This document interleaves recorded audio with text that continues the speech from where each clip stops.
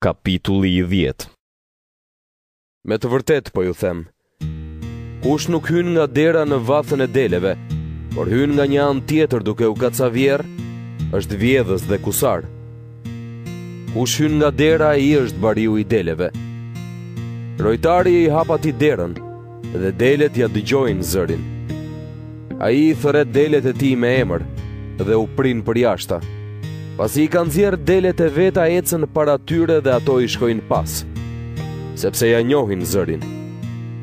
Një të huaj nuk i shkojnë pas, por largohen prej tij, sepse të huajve nuk ja njohin zërin.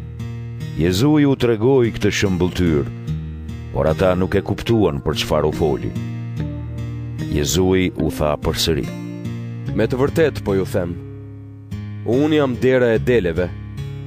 Të gjithë sa erdhën para meje janë vjedhës dhe kusar, por delet nuk i dëgjuan. Unë jam dera. Kush hyn nëpërmjet meje do të shpëtojë, do të hyjë, do të dalë dhe do të gjejë kullot. Vjedhësi vjen vetëm për të vjedhur, për të vrarë e për të shkatërruar. Unë erdha që të kenë jetë dhe ta kenë të plot. Unë jam bariu i mirë. Bariu i mirë jep jetën për delet. Ndërsa rroktari që nuk është bari dhe nuk i ka delet të tijat, kur shikon ujkun duke ardhur, i lë delet dhe ikën. Ujku i rrëmben ato dhe i shpërndan, sepse rroktari është rroktar dhe nuk shqetësohet për delet. Unë jam bariu i mirë. Unë i njoh delet e mia, dhe ato më njohin mua. Ashtu si Ati më njeh mua, edhe unë e njoh Atin dhe jap jetën për delet. Kam edhe delet të tjera që nuk janë prej kësaj vathe. Duhet t'i mbledh edhe ato. Do ta dëgjojnë zërin time, do të bëhen një tuf dhe një bari. Prandaj më do Ati, sepse unë e jap jetën time që ta marr përsëri. Askush nuk mund të ma marr, por unë e jap vetë. Kam pushtet ta jap dhe kam pushtet ta marr përsëri. Këtë urdhërim mora nga Ati im. Këto fjalë shkaktuan përsëri përçarje mes judejve.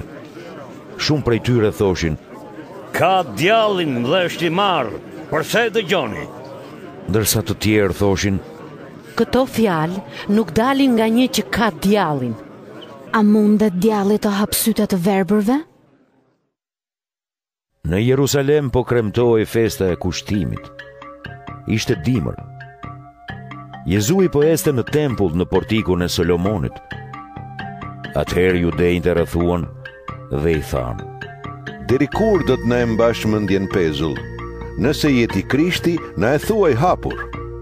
Jezui u përgjigj: Unë ju a thash, por ju nuk besoni.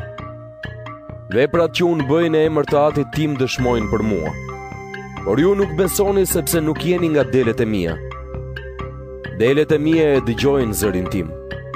Unë i njoh, dhe ato më ndjekin pas. Unë u jap atyre jetën e amshuar. Ato nuk do të humbasin kurrë, dhe askush nuk do t'i rrëmbej nga dora ime. Ati im që mi ka dhënë është më i madh se të gjithë dhe askush nuk mund të rrëmbej gjë nga dora e tij.